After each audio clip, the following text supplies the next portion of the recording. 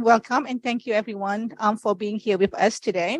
So my name is Norita Ahmad. My team and I at CITL, we are very, very proud to host this first event of the year in collaboration with the Endowed Chair in Education across disciplines, Dr. Nidal Gosser. The whole topic of chatbot, especially ChatGPT, is becoming, I guess, very, very popular nowadays. So we as educators should all be very excited about all the amazing opportunities that this tool can offer us in the classroom. Say that ChatGPT has taken the world by storm.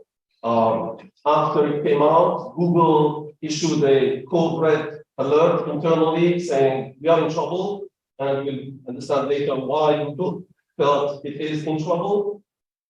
Academic journals in the last couple of weeks have started to issue rules for publications because several papers have been published now with ChatGPT as co-author. A professor of business at Wharton College or Business School at the University of Pennsylvania gave ChatGPT a final exam of an MBA course, and it got somewhere between B- and B. And there have been many reports from professors touching students as well essays written by ChatGPT. Next, I think every 5 years in artificial intelligence, we've been getting these sort of incredible leaps. So, you have a plateau and there's a jump. So in computer vision, we got it in 2012. The foundation of this model actually was a couple of papers in 2017 and 19. Having said that, it builds on a lot of work which has been done over many, many, many years. So how does it work?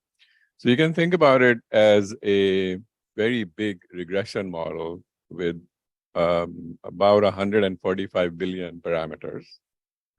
And it essentially, and there are a couple of parts of it, but we can think of it simply as it's trying to solve the basic problem of if you give it a sentence, the cat jumped on and ask it to complete it, it tries to find the next word.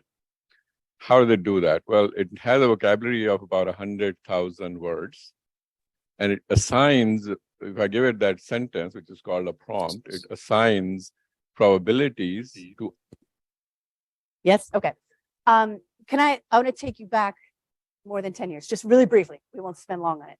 But I think it's important to put, ChatGPT and AI-assisted writing tools in general in the longer history of writing technologies. Every new technology, starting way back, starting with writing, but we're talking about the printing press, the typewriter, even spell check. Every time those emerge, it's a cause for concern and often outright panic about what the impact will be on writing and learning. And so there always is an impact, and we always are adapting to new tools. And these new tools do shape how we write and how we think about writing. And I don't think that's a negative thing. That's just sort of like you said, the word evolution. That's sort of the natural evolution of how we learn and how we communicate.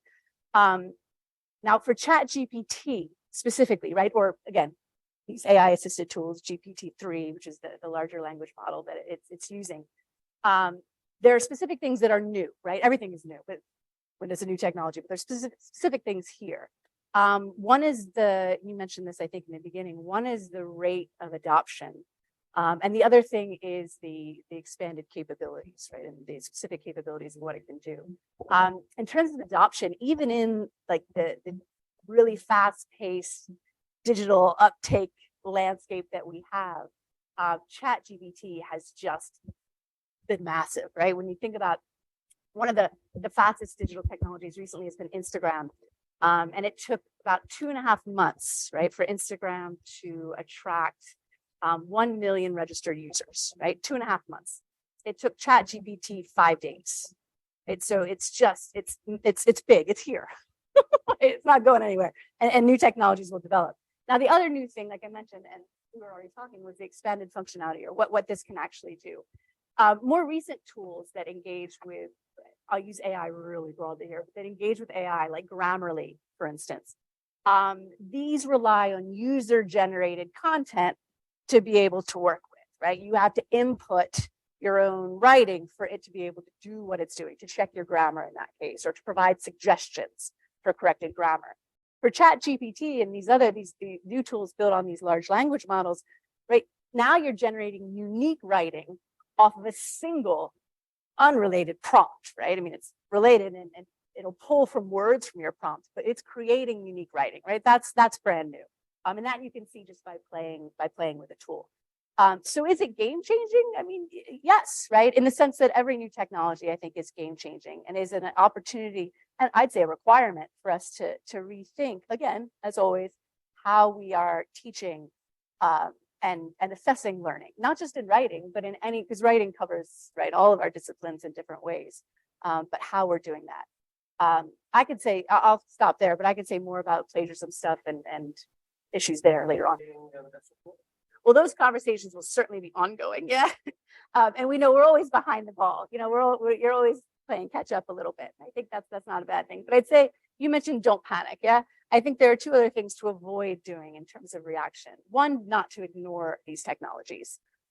Reverting to, you know, our favorite blue books from back when we were in school, reverting to blue books or handwritten things, that might work in certain like limited contexts potentially, because of whatever the learning goal is for that specific assessment. But I think it's absolutely essential that we teach students how to use the technologies that are surrounding them. So ignoring it is not an answer. I'd also say, and I know not everyone agrees on this, but to avoid relying on surveillance technologies. So now we come back to the plagiarism checkers. You know, we use plagiarism checkers. We know that they are not necessarily very accurate. There are a lot of other problems with them.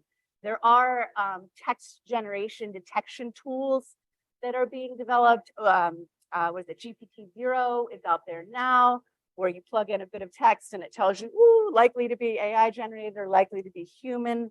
But again, they're not always accurate. If they become proprietary, you have intellectual rights, right? Because you're giving it student writing. And I think most importantly for us, that sort of surveillance, it creates an adversarial relationship, right, between us as instructors and students. And that doesn't make for a positive learning environment. It just becomes a sort of policing thing. And so there might be a place for surveillance technologies, but I don't think that's an answer that should even be in the top 3. You know, we'll see later on. So then the question is, to come back to you, is how do we effectively do this? And I think most importantly, we need to teach how it works. And we don't need to be an expert in computer science, although we can invite them into our classes. It's open invitation now, yeah, to explain more about how it works. But I mean, it's really simple. It's not magic, yeah. As we said, it's a probabilistic tool that predicts, based on a giant corpus of text, predicts what the next likely words will be. It's not thinking and analyzing in the sense that we think and analyze, but it's been optimized to sound like that, right? To sound like it's doing it based on its sort of conversational thing. So we explain that, number one, like this is what it is, a sort of probabilistic model that's predicting words, the next order of words. Then we can then talk about, all right, it can be wrong, right? It hallucinates, that's the real term too. It hallucinates facts. It creates sources, right? Because it's just thinking about what a next word might be. If you're doing macroeconomics, it'll think of what, and it'll pretend like it's a source.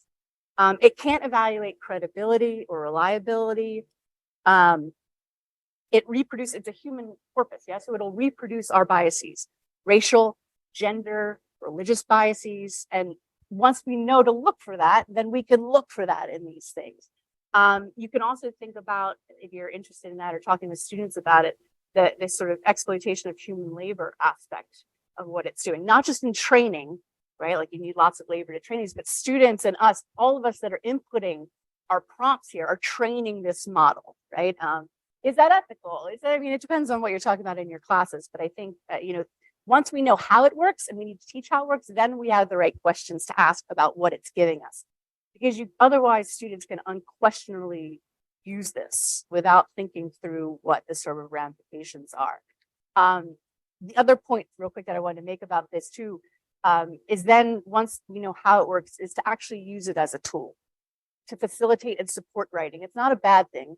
tools aren't positive or negative. It's how we use them. Yeah. And so if we can figure out, and we have ideas, we could share that later on, because I'm sure our audience has lots of ideas too. But if we use it as a tool within the context of learning and thinking, then it becomes just another resource, a positive resource at our disposal. And the final thing here is I think that we need to bring students, this goes back to surveillance, but we need to bring students into this conversation about AI in the context of our discipline. So if I'm talking about it in terms of literary studies or writing or computer science, right? What is the place of AI? What are its different functions, not just ChatGPT and large language models, but other forms of AI? And then having a conversation with them to set up our expectations, how students should behave, what the policies are. You mentioned Nature, right? Nature's the journal Nature can't be, ChatGPT can't be a co-author, but you do need to acknowledge in your acknowledgements that you used it, right? So in each of our classes, what is the right way to do that? And I think that's better as a conversation with students than as a sort of imposition on them, especially since these tools are here to stay and they will keep developing and changing. All right. Well, this is an interesting question and it has multiple layers in it, so I'll try to answer it step by step. First thing is we already got a couple of really nice perspectives on what this technology is currently capable of doing. However, we at this point cannot predict what it will become capable of doing, right? So this is the first part of the equation that we are not really certain about. From the point where I stand, a historical trend is very clear. First, we initially started automating physical labor. We started automating a labor that is perhaps a little bit mundane. A little bit later, then a couple of decades ago, we started automating middle management. This is where my discipline came in and obliterated middle management. So now, if you count the jobs, apart from the very hierarchical and traditional institutions, we have basically obliterated middle management in its entirety. Maybe we can say 5 to 10% of those job places are now still existing. Everything else is obliterated. So is this something that is, in historic terms, absolutely new when it comes to workplace, when it comes to capabilities, when it comes to competitiveness? I would argue no. I would argue that we already have some examples and some trends that have been very strong in the history. So some jobs will inevitably be lost, as it happens for every single technological revolution. This one, in my opinion, might be a little bit different. Why? Because so far we have been, in a sense, automating and eliminating mundane tasks. Hitting stuff with a hammer, steam engine ended up solving that. Communicating decisions, MIS systems solved that. Disseminating knowledge management systems solved that, right? Here we're talking about something that can communicate and to an extent create in a very similar, superficially similar way that we humans do. Therefore, will this technology at its current stage be better than the best writer the English department can produce? Probably not. But what's the idea? The idea is that it's going to be so much cheaper than the writer they're producing, mostly because that writer, last time I checked, has to eat, has to sleep, has to have some holidays off, has to have some pension insurance, might be late for some events because of kids were sick or something like that. And as I said, has to sleep, has to eat. ChatGPT in its current form, nothing.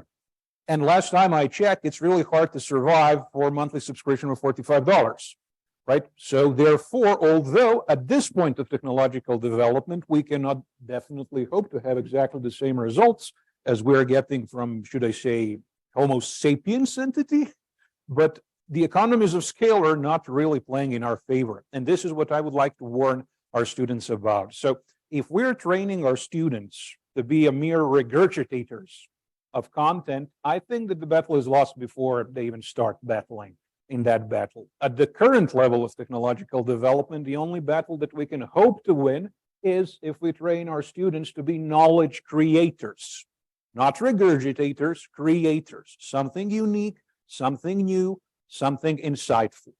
Are we currently doing that? Depends.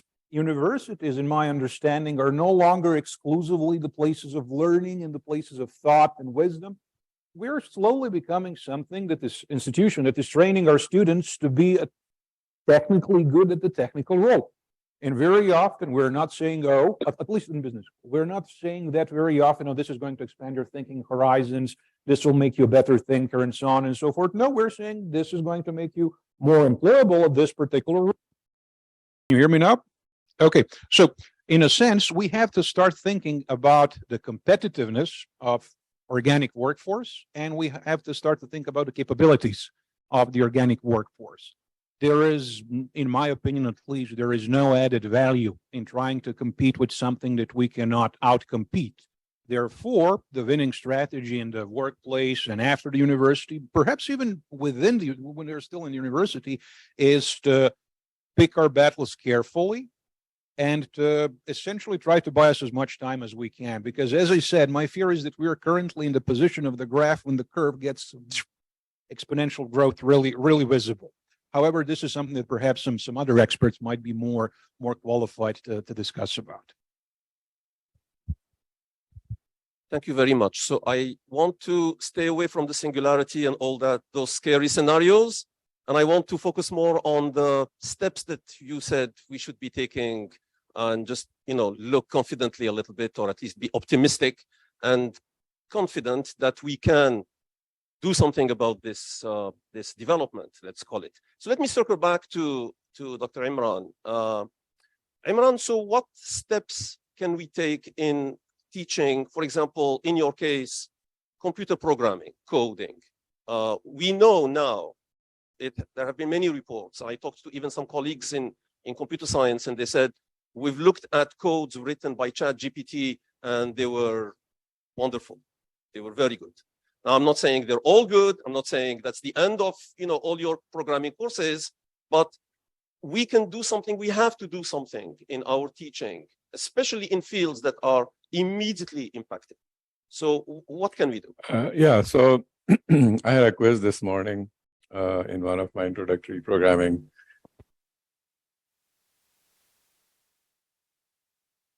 Is that microphone working? No. Is this better? Better? Okay. So I had a quiz this morning, and very simple program they had to write. And I told them, don't use ChatGPT. But in my solution, I include the solution generated by ChatGPT. And it turns out that even for a very simple program, it's a simple C program, it didn't get the answer exactly right. It generated the program. So it's, yes, it looks great, you can generate, but it is a problem, especially in programming. But what we are doing is, we are, at least in my case, I'm already incorporating it in the classroom. So, for example, when we discuss a topic, let's say we're discussing a topic, after we're done, I will open ChatGPT and say, let's ask it to summarize what are the key points of this topic. And I haven't done this before, and I get all the points, right? And we just go through them, and sometimes I miss something. It works. They like it. The other thing you can do in programming specifically, you can give it a program and say, optimize it. And lo and behold, it can many times optimize. And then you tell them, okay, this is how you learn. So we're using it as a learning tool. Not really. What it can do, surprisingly, and I thought I had it, is we give it program with missing pieces, a program. This is not a piece of text, and ask it to complete it. And scarily enough, yes, it does. So that's really scary, right? So, but we have, it's here. It's not going away. There are other models that Google has. A very interesting article in Washington Post, actually, on this, if you get a chance to read that.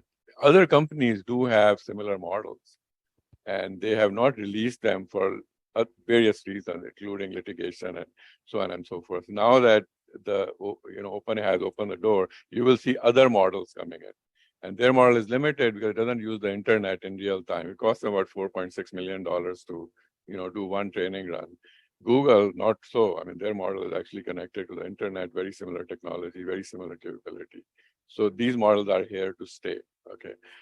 The problem that we have in programming, and I think it'll be similar in writing as well, our program problem is harder than when you take an exam. They write a program.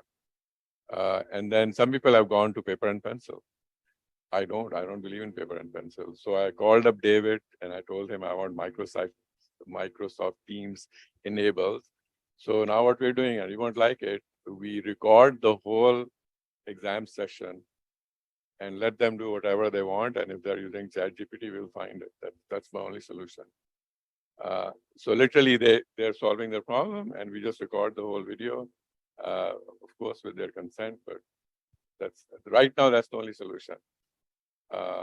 So now, yes, but the solution will come from them, and I'll tell you why. So people have tried in AI for many years to figure out, who wrote this text, et cetera, and even for these kind of large learning models, it has not worked. And as the models get bigger and bigger, it becomes more, and which they are, it gets more and more difficult to detect. So, for example, 12 hours ago, OpenAI released their own program to detect, if it was written by 26% accuracy. Okay, so what's going to happen? So what is the incentive for somebody like OpenAI to fix the problems? What they will do, which is actually mathematically very simple to do, actually, is they will watermark. And why do they need to watermark? Because remember, they are training their models on data they pick from the internet. So talk about like singularity. so consider a scenario where everybody is generating content using ChatGPT. And now ChatGPT itself is trying to train itself on the same content. And actually, we don't know what's going to happen. So they actually themselves know that they need to come up with a watermark. A few papers have come out recently. It's very simple math. And so they will actually build in. The idea is very simple. Remember those probabilities, right? So they will simply systematically manipulate those probabilities and they'll be able to tell apart exactly that this was generated by us as opposed to a human. And you can mathematically prove it that, with very high probability, you can do that. So that's where it's going, whether we like it or not. Another technique which is related to that, which is actually a more general thing, is a lot of these programs are building in what's called, and this has been research going on for a while, kill switches. So imagine a scenario where the singularity happens and the robot takes over. I want to have a word, then I'll say, abracadabra, and the robot will die. Okay, and we are building in these things into this. So I can use the same technology for this purpose. So it's hidden in, so I can give it a particular input and it will actually tell me, oh, no, this is the wrong input. So yeah, so I think this problem, the problem of being able to tell whether it's real or it's AI generated or not, they will have a very good solution to it. So I'm not worried about that. Surveillance strong. So what do we do? What do we do in the classroom? So how do we? And again, we really wanted students to be here so we can really have a conversation, a constructive conversation. It's not like, there are a few. Okay, there's at least one. Wonderful. So we'll hear from you in a minute. Be very happy to hear from you. But I don't want to put the spotlight on one student like, okay, you're representative of that species. But I meant that we wanted a wide conversation as to, again, I want to be positive and optimistic. How do we use this best? Not just, how do we prevent it from, cheating? I don't want to think too much about cheating. I want to think about how do we use it best. So in writing. Yeah, I mean, no? It's this on? Yeah. Oh, right. Okay. I mean, pulling back from the singularity again, the drop off there. I think, and to echo something that Nash said earlier about knowledge creators. I mean, as an institution, I'll get into writing, but like as an institution, why I have a platform, why not go big? Yeah. Mm-hmm. As an institution, I think we need to rethink the emphasis, and this is all of higher ed, but the emphasis on summative assessment and common exams. I mean, start there, right? Things develop from there, because you're right that when that's the model, there's only so many things that you can do then. And it becomes a game of cat and mouse, right? It becomes a sort of recording type thing. So I think above all, that's absolutely necessary. And I mean, and again, this has been a long time coming. And I mean, and when I say other ways of assessing, I can talk about them, but you know, when we're thinking about human knowledge creation, projects, applications, right? These are things that we do with students that are about knowledge creation, that where they can use these tools to do something with those tools. And I think that's the biggest thing that we really need to address institutionally, and then as well individually and sort of in our own disciplines. In writing, and again, writing can happen in a lot of ways in different disciplines. You can incorporate ChatGPT in a variety of different ways. You can also mitigate against its use in a variety of different ways. If you're incorporating it, you incorporate it in parts of the writing process, so it can help organize ideas, right? I mean, thinking about programming. Students, all of us as writers, struggle with organizing our ideas. If you pop some things in and you're talking about your overall ideas, it can help you organize ideas, right? You can use it with students to help track and follow up on research. So you ask ChatGPT to tell you something and to cite sources, and then you have students go, are these real sources? How would they find them? Are they not real sources? Then find real sources that can support these points. You can ask it for a template for a research proposal with, your guidelines.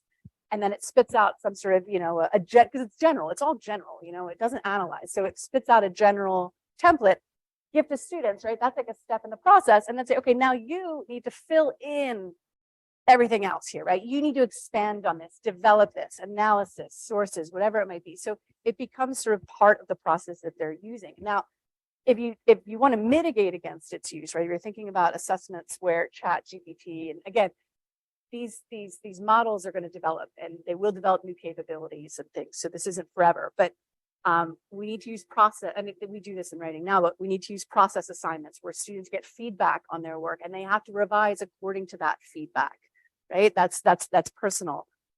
Use reflective writing. Have students write personally about what they have learned in that class. Multimodal writing assignments where they're incorporating media and images and other things, right? Are all good things.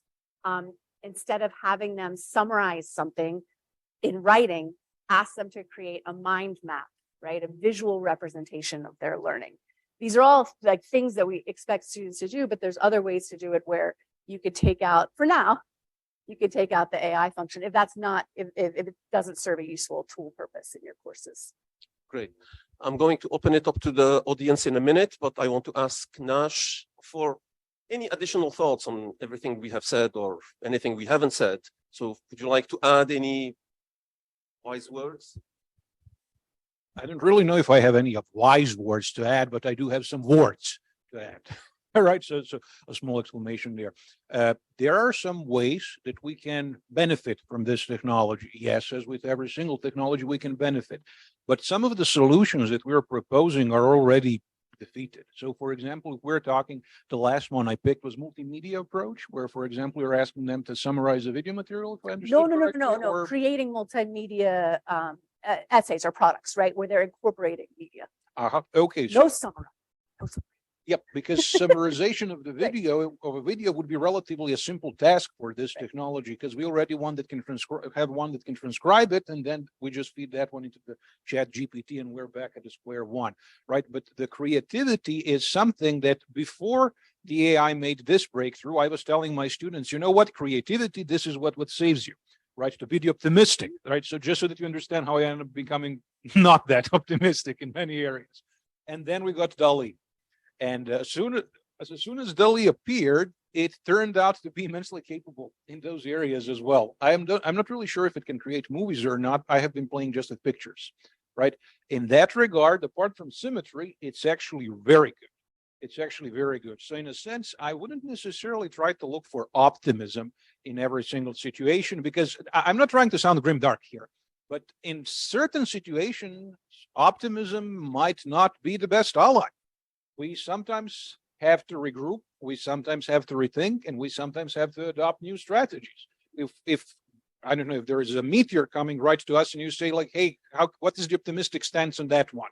We can take photos of it. I'm pretty sure it's going to make really nice colors in a couple of minutes, right? But it's ultimately not really putting us in a very optimistic and a very nice place. So long story short is, I think I would completely agree that this is a technology is going to stay.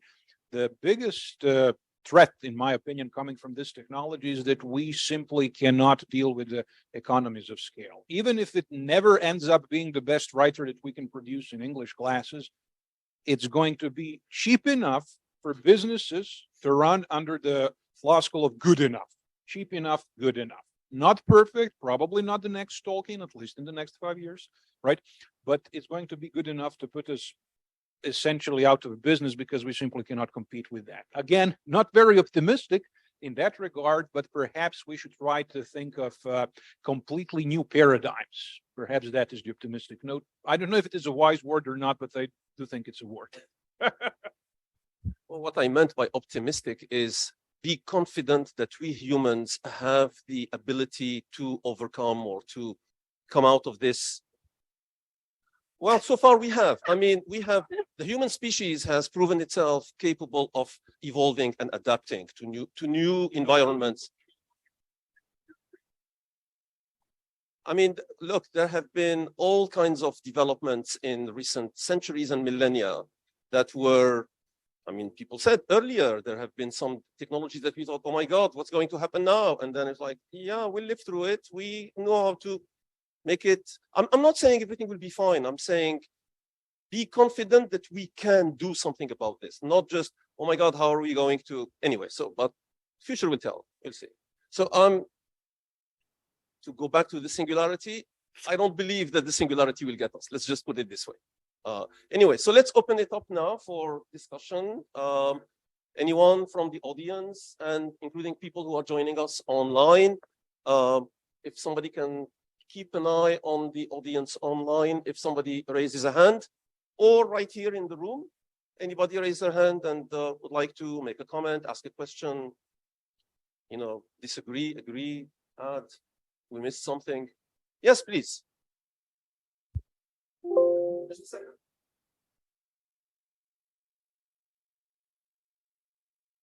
Personally, as a student, I have never actually familiarized myself with AI. I am Salma Galwash. I'm a sophomore and I major in mass communication. So this is actually very important to me because of because as a person I create content and that tends to be news writing. So I'm concerned about, of course, like my future employment and what this means for my opportunities in the future. I already know that there like a lot of news editors and magazines and publications cut down their staff already quite a bit. So I was just wondering, like, what are the implications of having like automation in my industry? Mohammed, can I put you on the spot? Ask you to. So just take this as an invitation. Okay, wonderful. So just to repeat for those who didn't hear, so our good student here is from mass communications, and she's worried about how this tool is already cutting down jobs in the newsrooms and the media institutions. And what do we do about that in our teaching of mass comm, in our general education, what have you? And since our good friend Mohammed Bahrain, professor of mass comm, and I mentioned him at the very beginning, he's been a very good helper in preparing this forum and is thoroughly informed about this ChatGPT business. So I thought maybe he can give his perspective. Thank you.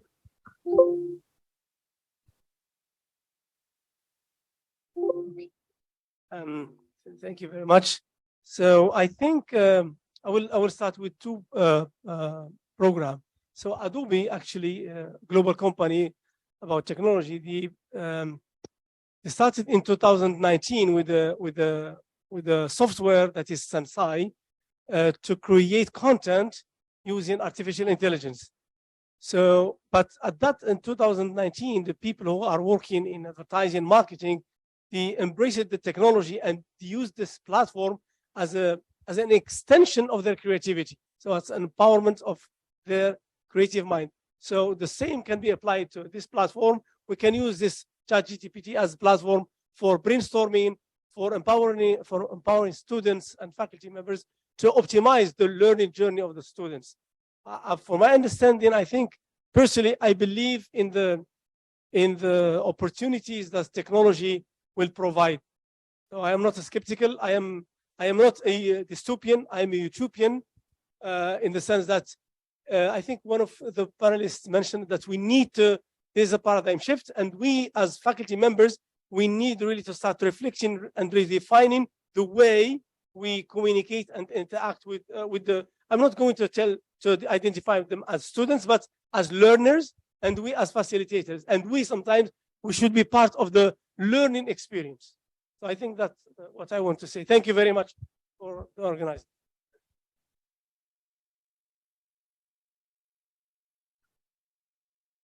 Thank you. Again, a dystopian view for our students, perhaps not necessarily the most encouraging one. Let's try to look at the news from the business perspective, right? We're coming from the business school, so we're basically, practically oriented. So what is the purpose of news from the business perspective? What is our main source of revenue? Ads, correct? So my question is this. I have two options. Let's make everything very simple. I can have a very so-so written news by an artificial entity, ChatGPT, whatever it evolves in, or some competitor that might appear, who knows. That costs me a dime per news, versus I can assume that your writing compares to the best ever writing. However, best ever writing is probably valued more than dime per news. The bottom line is this: will your best ever writing create more ad revenue for me? The answer from where I stand is most likely no. So I'm not questioning that ChatGPT will be better than you, will be more creative than you yet, right? So I do believe that you have phenomenal skills. However, I'm concerned that the bottom line does not really care if your writing is superb, because the ad revenue is probably not going to be reflected in the same amount. Therefore, as a business owner, it would be economically better and financially better decision for me to simply pay the subscription and get so-so news, and perhaps my ad revenue will fall, I don't know, 5%, 10%. But you know what? 5% or 10% on a dime is not as much as I would have to pay a superb writer like you. And this is basically the paradigm shift that I was referring to. So perhaps we have to rethink not necessarily just the content creation, the knowledge creation. Perhaps, given the technological development, we have to rethink civilization and economics as it stands. I'm not saying that ChatGPT is the Borg collective, right? Definitely nothing close to that. I'm just saying that this is basically a progenitor technology. And in my opinion, again, no data for this, this is just my opinion. In my opinion, the exponential curve is just getting started. I don't want to turn it into a tennis game of, utopia, dystopia, positive, skeptical. But I think what she's asking is, so what do I do? She is aware that there are risks, that jobs are being cut. She started with that statement.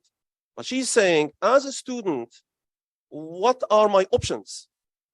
How can I react, if not proact, on this front, so I don't, graduate and then go and it's like, oh my God, what did I do? There's no job for me now.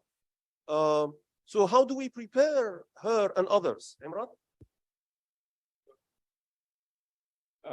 I don't think you'll be out of a job. Okay, so this is coming from somebody from technology. I think basically, look, it's just a tool, right? So let's take even DALL-E and one of those things. Somebody has to write the prompt for it to generate the right type of image. It can't do that. So it cannot analyze the business, it cannot analyze the needs, it cannot analyze the customers. That has to be done by someone, right? So it's just like before you were drawing by hand, now you're doing, one of these graphical drawing programs. This is just another program. So what would I do if I were you? I would get intimately familiar with it, use it, and use it to take your skill to the next level, because that's going to happen. So I'm not worried about that. But the other comment I really want to make is, I mean, I think we are assuming it to be too much, right? So recently I read this, reread this old book by Tversky on slow thinking, fast thinking, right? So he talks about the system one and system two. So system ones are these when we immediately react to something, and system two is the cognitive one. All of these neural networks are really system one. Okay.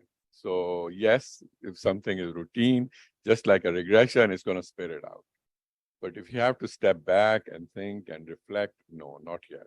Right? Maybe it'll happen, but not yet. So I'd get familiar with it, get really good at it, and you're good to go.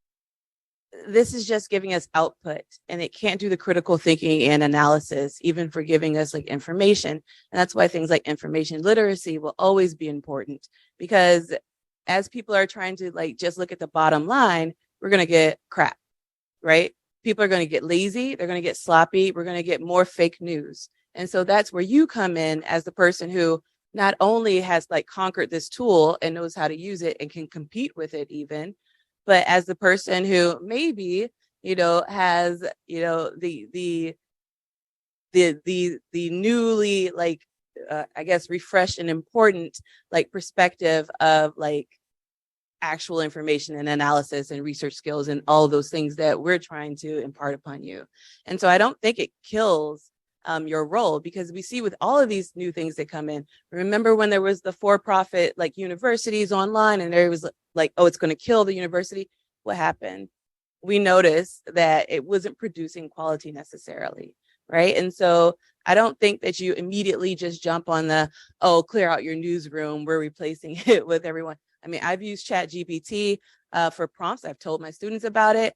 I said, oh, these are really interesting ways to ask a question, but I had to completely change the wording and everything. And I gave it a citation and gave it to my students and was like, here's a prompt. Here's how we use it. We're going to use it in class. It's a tool, right? But it's not going to replace me, and I don't really think it's going to replace education. And for those who think it does, it's going to be a problem for them. And it's going to come back to bite them, I think. But yeah, I don't think we need to demonize it. I don't think we need to like run for the hills for it, but we need to be aware. And that's really been my concern, is being aware, knowing how to use it, telling our students like you cannot use it to replace like your own original work and submit it in that way, but it's going to be similar to like Googling something, citing a link or something like that. I'm sorry, I'm rambling. But the last thing, like even APA is now working on like figuring out how to cite it. When I was writing my citation, I was like, I don't know how to cite this. And so I went to Twitter and looked at APA's like feed, and they were having this conversation, and they're like, well, we're figuring it out, for the time being, just kind of make it like a web link, and so like, I think that that's really going to be where we go. When we write our research papers, we're doing kind of the same thing, but, much less effectively. All of those citations that we get and all of those things we're putting in those papers, we're just taking somebody else's stuff and regurgitating it very often in those lit reviews. And, I just don't think it's a huge threat, but I do think that we need to develop a culture of etiquette surrounding it. So you got my question. I mean, like, so there are, I guess, HR implications as well, whether it's a university or whether it's a blue chip company who are really concerned about having top-notch individuals working for them. And I think this also strikes, another issue in terms of ethics here, right? So if I'm a student and I see that, well, yes, I can actually get an idea from using ChatGPT, and I can then tweak it and to make it my own idea, and then it become my property, because no one is actually out there to actually establish it, right? So, I think there are implications, and as you said, Nidal, in terms of the culture, I think there is going to be a massive impact on how the culture is basically going to formulate it in this case. And I think there are ethics, there is culture, and there are genuinely implications for people recruiting, universities recruiting students, blue chip companies who are really kind of talking about being highly ethical on every level, at every level. How will they react to these kind of things? So I'm not talking about next year, I'm talking about down the road, 5. The whole concept of creativity And we heard about DALI, even ChatGPT is synthesizing stuff. I mean, isn't that creative? That's creative. And all kinds of dimensions. So how do we develop and how do we even identify and assess creativity? You want to answer that? Okay, so I'll be happy to hear. And then the other is the ethics of all this. So when and I think the lady over here said, sorry, I don't know your name, but you said earlier about, when we do research and we're taking stuff from here and from there, etc. So at some point, there's an ethical issue, right? As to how much can I take from other stuff, even if I paraphrase it, even if I use some of those ideas, but then take off from them. So there's a definite issue of ethics. At what point does it become unethical to use these tools? So creativity. Briefly, creativity doesn't happen in a vacuum. Creativity is the product of everything that surrounds us, right? We are always drawing on whatever is around us, what we read, what we watch, what someone says, what we've looked at, right? So creativity is always a product of our surroundings. Yeah, it doesn't happen in a vacuum. So, I think assessing if this is another tool that can help you generate ideas, what's the difference between that and watching an episode on Netflix about that? It's the same thing. Yeah. I mean, it's just a new way to think about ideas. So I'm not sure that there's a concern with creativity in itself, because creativity, like I said, is relational. Now, in terms of the ethics, we can go back to what we've all been talking about in different ways, and what Janice just said, right, of creating a culture of etiquette. We do this now in the university, right? Like, we have rules for how you cite, we have rules for paraphrasing. Students learn what is appropriate, what is not appropriate in terms of ideas and that sort of thing. And this builds into that. I think it highlights the need for it, right? And to re-entrench that as the core part of what we're doing. Now, in terms of making sure and ensuring that we are as we always want to, graduating students that are forward thinking, that are creative, that are problem solvers, then we come back to the conversation we were having about the kinds of assessments that we're doing to measure these things. If the assessments that we have are not measuring what we value, if what we value is creativity and problem solvers, then we need to change those assessments. If those assessments are just measuring content knowledge, then you're not creating graduates that are going to be forward thinking. They can be easily replaced, right? So I think, right, it's a variety of things that we should always, and I think we are always talking about, but technology like this just sort of reminds us, and every day we should be thinking about, right, how we are encouraging students to develop the capabilities that we want them to develop, whether it's creativity or problem solving, right, the human in humans. I think I want to be on Nash's side for once on the creativity issue, because, I mean, as he said earlier, there were certain aspects that we thought were really, when we think of creativity, we tend to think humans, right? We're the ones who are creative. We have not thought until very recently of computers composing a concerto or something like that. Look, when they produce a new piece and it sounds great, then isn't that creative? So my point I was trying to say, until recently we thought creativity was the purview of humans. And then now we can see these AI-driven software that can do things that looked creative to us. I mean, I asked it to produce for me something about space travel with a cubist. I'm serious. And it did. I was like, wow. It was so good that I used it.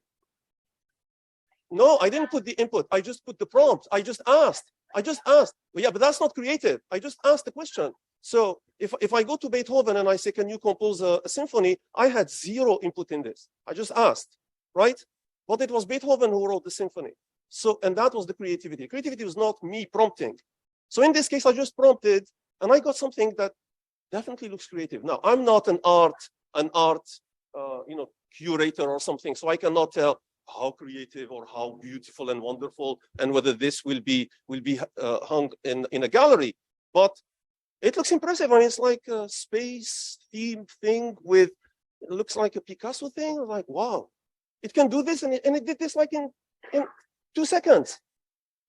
in 2 seconds. So creativity, I'm sorry. I mean, we're going to have to deal with creativity. Nash, right? Yes, yes. Right. In a similar event, if we were to have a similar event 5 or 10 years ago, we would say, you know what, creative jobs completely out of the ballpark. We're never getting there with AI. We did get there with the AI, right? So once again, I'm not necessarily a nihilist. I'm not necessarily well, I am a bit of a dystopic person, but not necessarily saying to run for the hills. I'm just saying, people, perhaps we should rethink some old ways. It's time for us to change. There are some artifacts of our labor that are suppressing us, that are, to be very honest, more competitive and more capable, and so far very limited set of arrays, be it creativity, be it something else. But in terms of the HR and in terms of the companies, the blue chip companies, and the question that was originally asked, again, I'm going back. If we stick to our current ways, where bottom line is very important, we, in my opinion at least, do not have that much chance in competing against those systems. Can AI filter thousands of CVs better than we can overnight? I would argue yes. But the ethical side and all of that, I think that so far, every single potent technological artifact ended up shaping culture more than the culture ended up shaping the technological artifact, right? A simple experience. A couple of weeks ago, we had a meeting where one document, printed document, was just having letters that were so small we couldn't read. We instinctively, some of us were present in that meeting, we instinctively took our phones and zoomed in. Therefore, we used our cameras on our phones to supplement the lack of our eyesight, at least my eyesight, right? Instinctively. It's not that somebody said, oh, would you please turn on your phones and open your zoom lenses on your camera and now point to this document? No, we did that instinctively. All of us, we integrated a technological artifact into, be it our culture, be it our way of thinking, be it our way of solving problems. We've changed the status quo. Is that a paradigm shift? No, we're still not having Borg eye implants, but that is a step, in my opinion, in the right direction, right? So definitely do not run for the hills, but definitely evaluate what you know with a more critical perspective. I think if I were to sum everything in what I have been saying and advocating so far, it would be more critical, think of new ways. I do think that this is a beginning of a paradigm. So I think back to your question, right? So it's an interesting question. So if you look at software companies, right, how they hire. So good software companies like Google and so on and so forth. So they hire based on skill, essentially, right? So you have to go in, they give you a problem to solve or intelligence. So it's not even so much they ask you to write a program, they actually check your intelligence, right? The general intelligence. So that's one, that's not going to change. It has nothing to do with ChatGPT or anything else. In terms of the skill level, and so they do check the skill also. So I think in the long run, or even in the next 5 years, the way, at least the tech companies, the way they are hiring their people will definitely not change, because they're not necessarily interested, they're just interested in general intelligence, problem solving, and which has not changed. Now, coming back to the creativity question, I think we are overplaying this, right? Because these are just statistical monkeys. Okay, I'm sorry, DALL-E is the same. It's using something called, stable diffusion or diffusion models. They are just statistical monkeys that learn the statistical distribution of a data and basically spit out things that look similar or are coming from those statistical distributions. That is not creativity, right? So the simple question is, can ChatGPT write ChatGPT? And the answer is no, not in a million years. It is too far. No, I'm just giving. I'm giving an example. The example is that the amount. Let me just finish. The amount of creativity that went into these very strange models that actually ChatGPT is based on is nowhere near what you would expect it to come up, right? So yes. So I think we have to be a little careful, right? Maybe in the future, it's possible, but this class of models, as I said, they are just glorified regression models, and they are as good. And so this whole notion of we ourselves struggle with how much do these really generalize, right? So when you talk about creativity, you could say, okay, how far can you move away from the data you have. So, for example, one of the things that I do every day now, I write a love sonnet for my wife, right? Of course, I ask ChatGPT, write me one. They're really, they're really bad ones, right? No, they're really bad ones. They are sonnets, but they're not. And the reason is simply that, it's grabbing the style from various sonnets, and then it depends a lot on my input, my prompt. So in my opinion, like you said, the creativity actually is coming from my prompt, not necessarily from the output that I'm getting. I mean, that's just, my viewpoint. Just a minute. Let me. Yeah. Because you're familiar with this story, I'm sure, even more than I am. AlphaGo defeated the Go champion, and now it's sort of a mythical moment when I think it's now called Game 2, Move 46 or something, when AlphaGo made a move that the grandmasters of Go were like, oh, what? And to this moment, people talk about it in the literature like something unheard of, unimagined. So if that's not creativity, I don't know what is. Now, AlphaFold has now just solved protein folding problem with hundreds. And there's another one, I forgot its name, with, I think it's some other company that has produced 100 million proteins. So how do they do that? Now, you may say, well, there's a big complicated code that they're using, but there's a big complicated code here too. So you're saying it's all statistical, but it is statistical in my mind too. When I come up with a model, I'm putting ideas together and I come up with a model for my astrophysics stuff or whatever it is. So I wouldn't say, well, it's a big computer program. So I know you're a computer person. So for you, it's like, I understand how this machine works. So it's not too impressive to me. But in the end, I look at the product. And if the product is, Arthur C. Clarke said, indistinguishable from magic. So if it is indistinguishable from magic, then isn't that creative? I mean, anyway, we could have this conversation for a long, long time. Hi, so my name is Dr. Janice Lusk. I'm a sociologist in the INS department. And I never thought that a sociologist could really be really important for this conversation. And that I'm not a computer person, but I still understand that this is regression modeling. It is doing probabilities and it's prediction and it's using patterns and developing patterns. It's impressive to us because we don't get it, right? We don't understand how it works. But I also would like to say that I understand that culture and technology are not separate things. They are one and the same. And so let's not give the technology its own life that it's running off and doing things on its own. We created that technology. Somebody did work on the code and everything that goes into ChatGPT. It didn't just fall out of the sky, right? And so don't give humans this, oh no, it's going to be more creative than us, because it is us. It's our culture that's going into it. We create culture in order to solve problems or to make life more convenient, but it's influenced by us, right? The technology is influenced by us and what we need and what goes into it from us. Those prompts, you can't just write any prompt and get something decent, right? There's an actual syntax that goes into how to write the appropriate prompt to get exactly what you're looking for. And so you play around with it and things like that.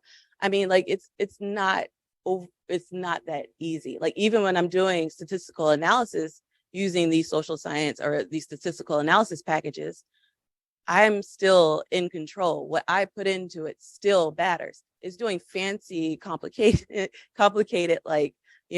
formulas and tests and all of these things, but there's still somebody who's working on it. Now, maybe in the far future, it could have some other impacts where, of course, it becomes sentient and then it's the apocalypse and everything.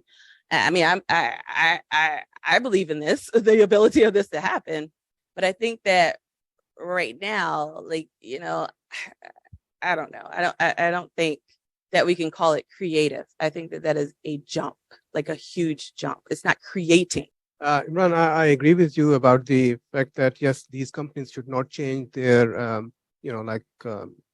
entrance test or interviews and aptitude test.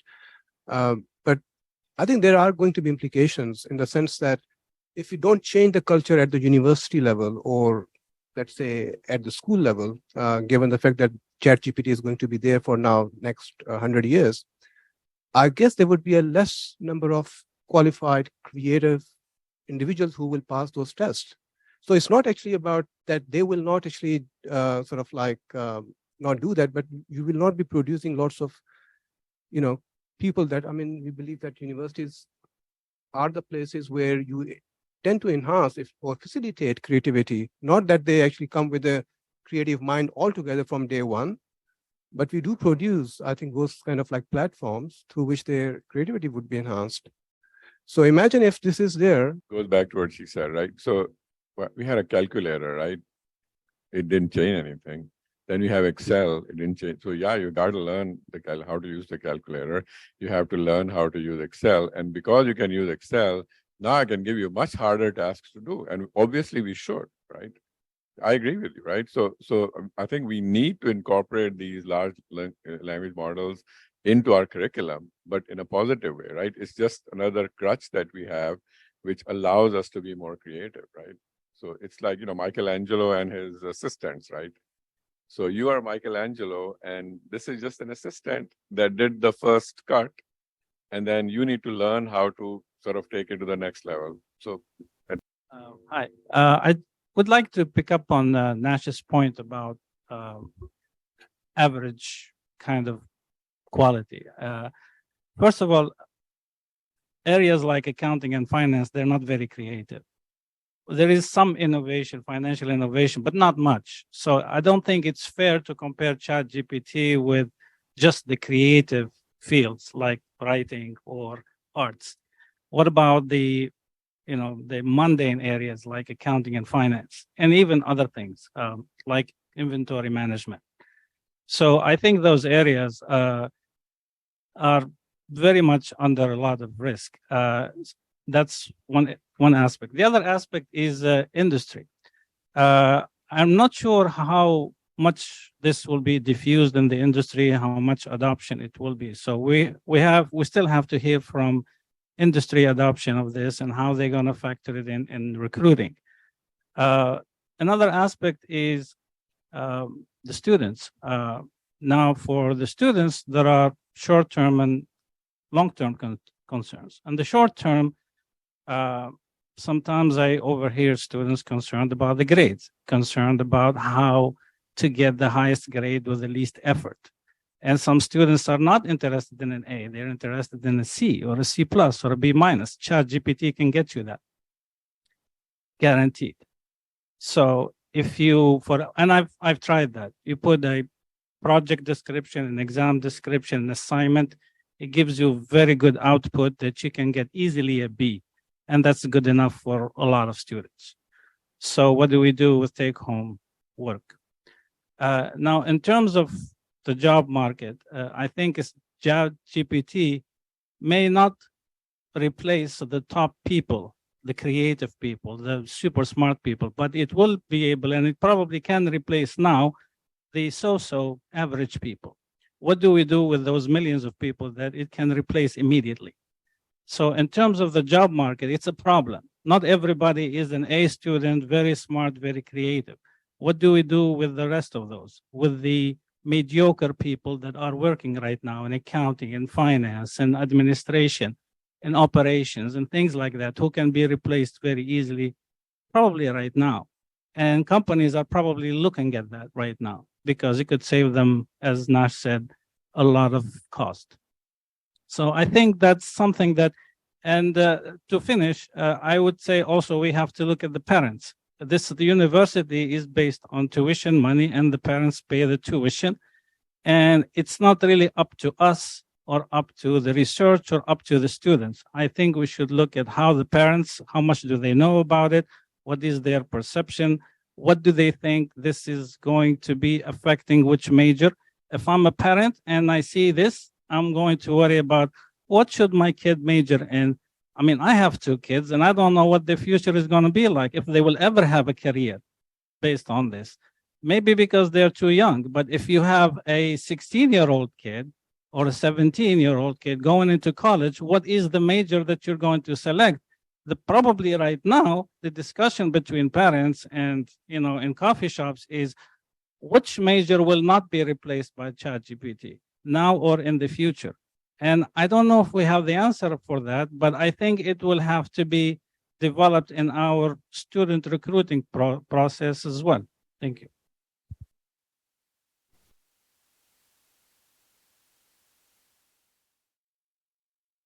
Well, I would have liked to end on a more positive note, but thank you, Abdelkader, for bringing us back down to earth and to more realistic horizons. No, I think this forum was really useful. I mean, to really sort of explore the different directions that this can take.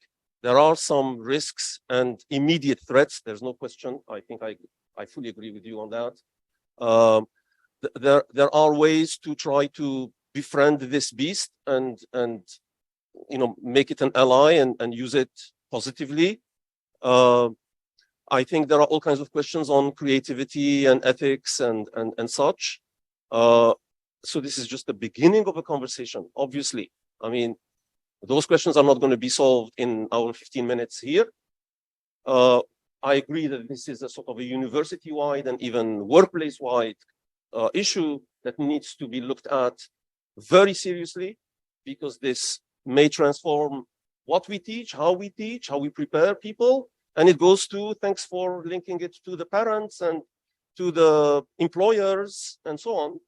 So anyway, this is just my way of trying to summarize and bring us to a close. And thank you all for joining. See you next time.